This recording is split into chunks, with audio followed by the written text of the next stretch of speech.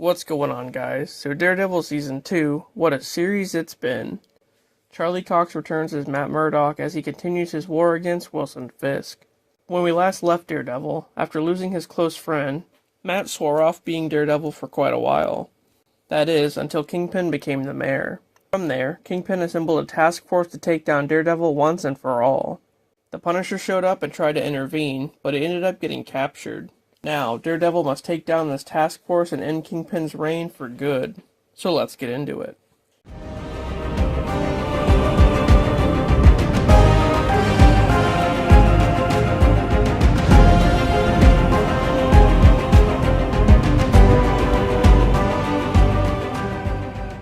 In Episode 1, a shipping freighter called the Northern Star is carrying cargo through the city.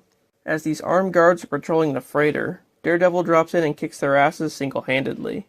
All of a sudden, he hears ticking nearby as if a bomb has been rigged to go off and the freighter capsizes before it can explode. After that, Matt goes back to a hideout inside an old bar, where he meets up with Karen, who's been training. He tells her about the freighter sinking and that he thinks Kingpin sent a message, because Kingpin was trying to sneak a bunch of unauthorized weapons into the city on the freighter. Then, out of nowhere, they just start making out. So clearly he's not with Heather, the therapist chick from the last season, anymore. After learning about what happened, Kingpin cracks down on the hunt for Daredevil even more, and wants him found immediately. As Kingpin gets scolded by the Attorney General and Lieutenant Governor for not involving them in the whole Vigilante Task Force idea, a guy named Charles from the CIA walks in and says that he's there to oversee everything. The Attorney General gets a call from Valentina Allegra de Fontaine, who tells him to let Kingpin do things his own way. Sometime after, Heather's interviewing Jack Duquesne in jail, trying to get him to admit that he's the swordsman. And she's being really one-sided about things. Meanwhile, Matt goes to meet with his detective friend Cherry, and he has him look into the captain and first mate of the freighter, who apparently were the ones that flooded it and then took off. So I guess they might be working with Kingpin too. Also, I noticed that they've been using a lot of profanity in this episode so far. They've said fuck like 30 times at least. Anyway, that night, the task force is out on the hunt and they find the captain at a nearby restaurant. The owner is hiding him from the task force. But the task force gets to him anyway and beats him with a nightstick. Once they leave, Matt shows up and tells the owner that he knows that she was trying to help him and that they're on the same side. Elsewhere in the city, the task force is interrogating the captain, and Kingpin's right hand, Buck, kills him. Kingpin and Vanessa are having a talk with Charles, who surprisingly is on their side and wants to help recover the weapons from the sank ship, and also wants to help cover up Kingpin's involvement. As all that's going on, Heather is changing some answers on Jack's exam. Then, the task force breaks into Cherry's place and starts to beat him up, but Daredevil arrives and saves him. Just as the fight breaks out, the task force overpowers Daredevil and rips his mask off, revealing his true identity. But all the officers suddenly get killed by Bullseye. In Episode 2, as Cherry gets taken away in an ambulance, Bullseye goes to visit a nearby church. Meanwhile, Kingpin's training for some kind of upcoming boxing match, and his trainer is being extremely pushy about things, so Kingpin kills him. Sometime after, Karen is talking with Matt, and they can't figure out why Bullseye helped them. Back in the mayor's office, Buck asks Kingpin why he doesn't just tell the citizens of New York that Daredevil is actually Matt Murdock. Kingpin tells him no, because Matt saved his life when he almost got assassinated by Bullseye that one time. After that, Kingpin does a public address where he mentions that Matt Murdock is a hero, in order for the people of the city to help figure out where he's been hiding. Then he sends his task force to the hospital to mess with Cherry, and once they get there, some of Cherry's friends give the task force a hard time. They leave for a bit, and then two of the task force guys end up getting taken out by Bullseye. When the task force guys return to Cherry's room, Cherry is suddenly gone and has been snuck out. Later, Kingpin finds out that someone has been mocking him online wearing a cheap Kingpin mask and making propaganda videos. He threatens one of the guys in his cabinet, Daniel, to get to the bottom of who's behind it. But he's also suspicious that Daniel was conspiring against him with the old police chief. After that, some kids are stealing some wine from a corner store when the owner pulls out a shotgun on them. Angela, the daughter of the White Tiger from the last season, and her aunt are there, and they try to talk the shop owner down. But all of a sudden, the task force rushes in and kicks all of their asses. The aunt tries to intervene and ends up getting detained as well. Meanwhile, back at the firm, Angela goes to talk to Kirsten and tells her what happened at the store. Kirsten ends up giving Angela her father's White Tiger suit and his amulet. Then, Daniel's having dinner with BB, the freelance reporter who's responsible for all of the propaganda videos, and he asks her to stop making them before she gets hurt. Just then, it's revealed that she is in fact the fake Kingpin. As Matt and Karen are relaxing in the hideout, the task force arrive and forces them out. Matt puts on the Daredevil suit and takes them down one by one. Afterward, Karen takes Daredevil to a hidden room where she has one of the task force guys tied up, and she says that maybe they should start hunting the task force instead. In episode 3, Daredevil and Karen talk to the kidnapped task force guy, who says he's actually on their side and wants to help them. We see Heather, whose mental health has been deteriorating ever since her encounter with Muse. Kirsten gets taken to the facility where Jack Duquesne's been held, and she has a meeting with him because she's his lawyer. But on the way there, they make her wear a blindfold so she doesn't know where she's going. Back at the Punisher's hideout, Matt and Karen are discussing what to do about the task force.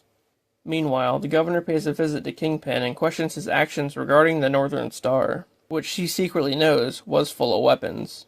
Sometime after, Jack Duquesne is on trial for being the swordsman, and it's a really one-sided trial, as Kristen didn't get enough time to prepare to defend Jack.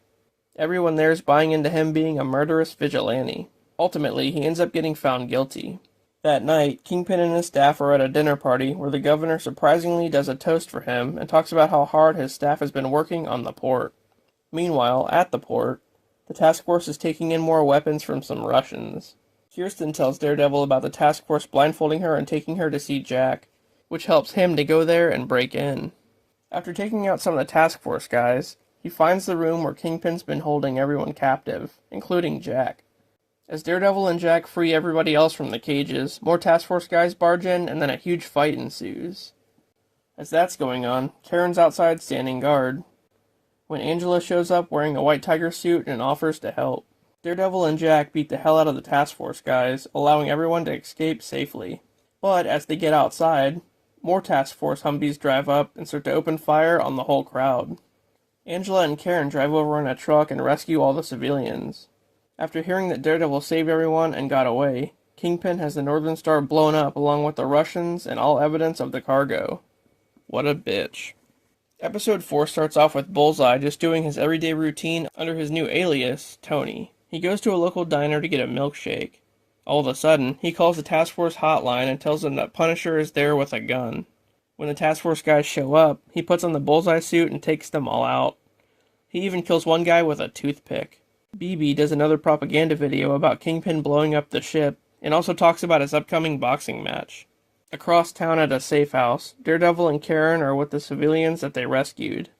Daredevil tries to recruit Jack to help fight against Kingpin, but he tells him that he's too old to fight now, even though he just got done destroying like several task force guys single-handedly. Anyway, they talk to one of the surviving crew members of the Northern Star, who tells them that he can link everything back to Kingpin. Later on, Kirsten and some others are at her farm when the task force come in and start tearing up the place, looking for Jack, but Kirsten tells them that he's not there.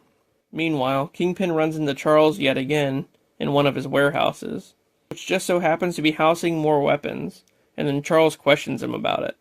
But when Buck reaches for his gun, 2 more agents show up to back Charles. However, Buck's quicker than them and kills them immediately, followed by Kingpin telling Charles to back off. Sometime after, Matt disguises himself in a task force uniform and goes to the crime scene at the diner to investigate, quickly learning that Bullseye had been there. That night, he goes to Bullseye's apartment and the two just beat the hell out of each other. Bullseye tells him that he's trying to do one good deed by taking out Kingpin and showing his true colors. Meanwhile, Daniel and BB are in line waiting to attend Kingpin's boxing match, when a random guy comes up to her and is fanboying out. After they take a picture together, he slips something into her pocket. During the match, Kingpin pretty much kills the other guy in the ring and gets some kind of championship belt. As all that's going on, the one survivor of the Northern Star is being taken by 2 U.S. Marshals for protection when Buck shows up and kills all 3 of them. As they cart Kingpin's opponent away on a stretcher, Bullseye pops in and starts killing the task force guys there. When Kingpin goes to kill Bullseye, Daredevil intervenes and tackles Bullseye through a window to save him. It's then revealed that during the fight, Vanessa got hit with a stray piece of glass, and she ends up bleeding out in the ring. In episode 5, Kingpin's freaking out as Vanessa gets rushed to the hospital. As the task force goes looking for Daredevil and Bullseye, both of them go on the run. Daniel's in the hospital visiting Vanessa when he goes down to the lobby and finds BB waiting for him. She's trying to get more info for her web series. But Daniel pretty much tells her that she has to go before Kingpin finds out that she's there. Vanessa is in critical condition and isn't doing very well. As Daredevil's hiding out, he has a flashback of a time that he and Foggy go to speak with Foggy's client, Ray. As it turns out, they know each other from living in the same building a long time ago. They tell Ray that they can get him a reduced sentence, but Ray doesn't take them up on it, saying that the person who hired Foggy and Matt want him dead, and has people on the inside of the prison that will kill him immediately anyway. Back in present day, as Kingpin looks over Vanessa's surgery, Daredevil's trying to carry Bullseye to get some medical treatment, but Bullseye keeps resisting. We jump back to the past, where Matt and Foggy discover a clerical error on a document that will throw Ray's case out and let him walk free. While Foggy wants to save him, Matt says just to send him to jail as punishment for his crimes. Back at the hospital, a random guy runs in to ask about Vanessa as a report plays on the news stating where she's at. Daniel starts to freak out like BB spread the news all over town, and Buck has to tell the random guy to fuck off. As that's happening, Vanessa finally gets out of surgery, and the surgeon says that he has hope she'll be alright. Then, Buck takes Daniel on a trip upstate, and the whole way there, Daniel thinks that he's going to be killed for telling BB way too much. Back in the past again, Kingpin and his associate Wesley are going to meet with a guy Wesley knows to have him kill Ray, and the guy they're meeting turns out to be Buck. This is how Buck gets introduced to Kingpin. As Daredevil and Bullseye find an old church to hide in, Foggy goes to visit Ray and gives him money to leave town. Just then, the task force show up at the church and barge in to look for the two of them. Ultimately, Daredevil has to leave Bullseye behind and escape. But he has a change of heart and goes back to save him. On their trip upstate, Daniel pulls over and begs Buck not to kill him, only to find out that Buck brought him there to help him bury the first mate of the Northern Star. Back in the past, after Ray leaves his apartment, Buck shows up to kill him, only to find the place empty. Daredevil finally gets back to his hideout with Bullseye, and Karen just can't believe it. Back at the hospital, Vanessa wakes up and seems to be okay. But then she starts to have memory issues and starts to code, and she ends up dying.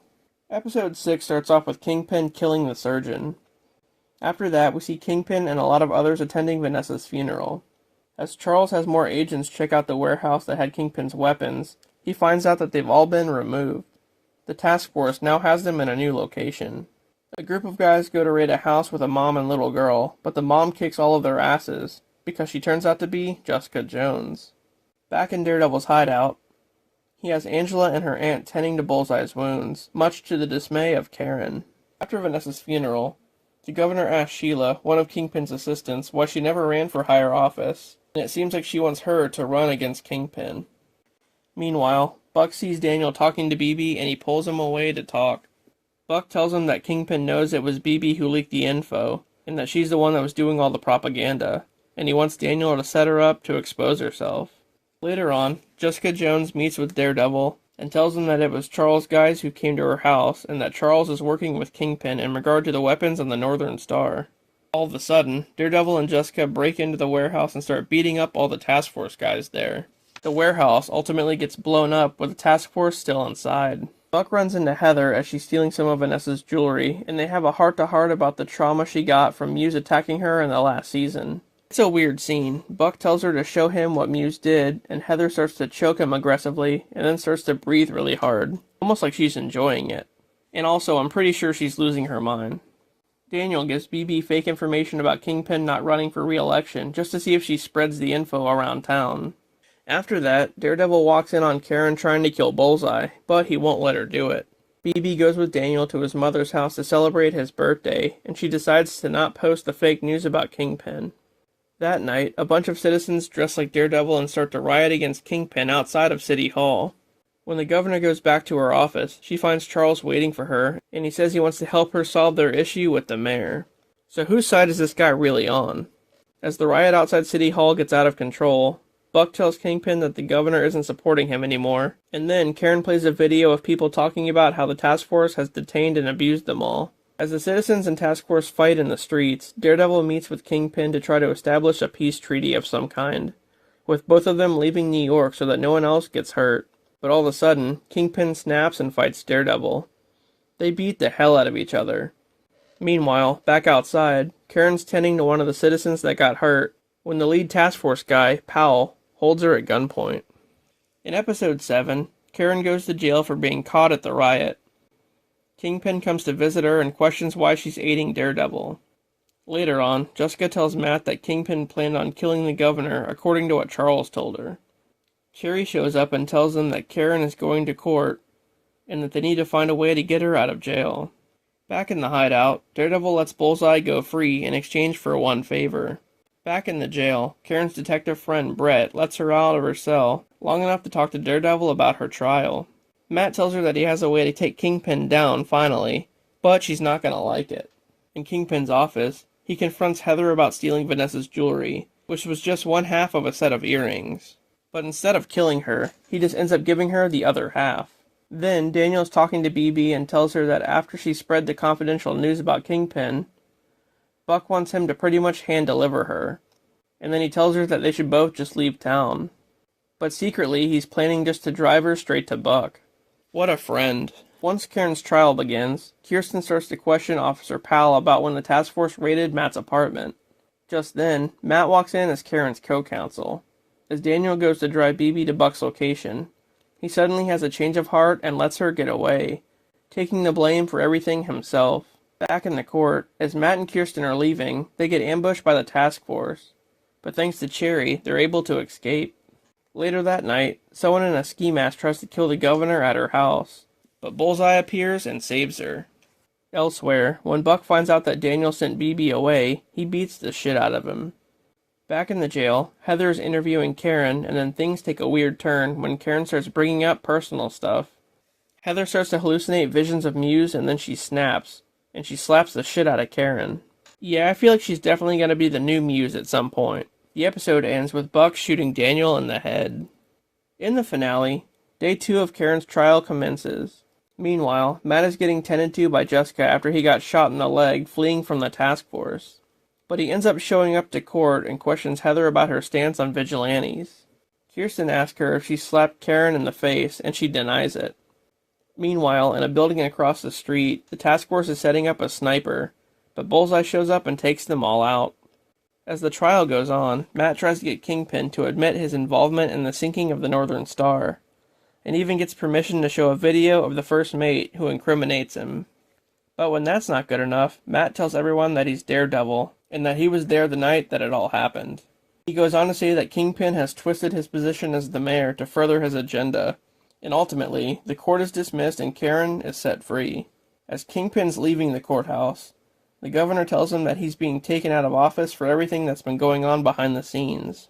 All of a sudden, Bullseye tries to shoot Kingpin, but Buck gets in the way. After that, Kingpin and his cabinet barricade themselves inside the courthouse, and he does a public address, where he basically asks for everyone to fight against Daredevil. On the other side of it, Matt and the others are hiding out. The governor wants to call in the National Guard, but Matt tells her that's exactly what Kingpin wants. We then get one last propaganda video from BB, saying that Kingpin needs to be taken out, and she finally reveals herself as the one behind the videos. Just then, a bunch of citizens surround the courthouse wearing Daredevil masks. Cherry and Brett try to reason with the task force, but it doesn't work and they just shove guns in their faces. Then, Angela shows up wearing the white tiger suit and demands that they admit they killed her uncle. Powell tells one of the task force guys, Cole, to shoot Angela, but he refuses and knocks Powell out instead. Good, someone needed to do it. After that, Cole makes the task force guys move out of the way, allowing the citizens to storm into the courthouse. Sheila tells Kingpin that the assistant governor offers him a deal. He resigns from office and goes into exile, and they won't prosecute. But Kingpin refuses. As Daredevil, Angela, and Jessica fight through a wave of the task force guys, Kingpin goes on a rampage and starts killing random citizens. All of this converges in the foyer, where more citizens run at Kingpin and start to jump him. Daredevil tries to get Kingpin to surrender, and surprisingly, he does. The two of them agree to stop fighting for the sake of the city. Afterward, Matt and Karen are at a restaurant when the police come in to arrest him for Daredevil's crimes. Meanwhile, Jessica is back at home with her daughter when Luke Cage comes walking in, who I guess is the father. Then, BB gets a job at the Bulletin as a real reporter. As expected, Heather completely loses her mind and puts on the Muse mask. setting up something for Season 3. As Matt is in prison heading to his cell, he passes by Powell and probably some other task force guys who are inmates as well. The end. And yeah, that's Daredevil Born Again Season 2. Kingpin's grip on the city has finally been lifted. Everyone knows Matt Murdock is Daredevil, and Heather has begun her descent into madness as the new Muse. Also, we got to see the return of Luke Cage and Jessica Jones, setting up a possible Defenders thing in the future. The bullseye scenes were awesome for sure, and probably one of the best parts of the series. That, and Daredevil just beating the hell out of the task force. Anyway, this was way better than Season 1. I can't wait to see what happens next, now that Daredevil is locked up. Maybe somehow he'll appear in Doomsday, or even Spider-Man Brand New Day. Who knows? Thanks for watching, guys, and I'll see you later.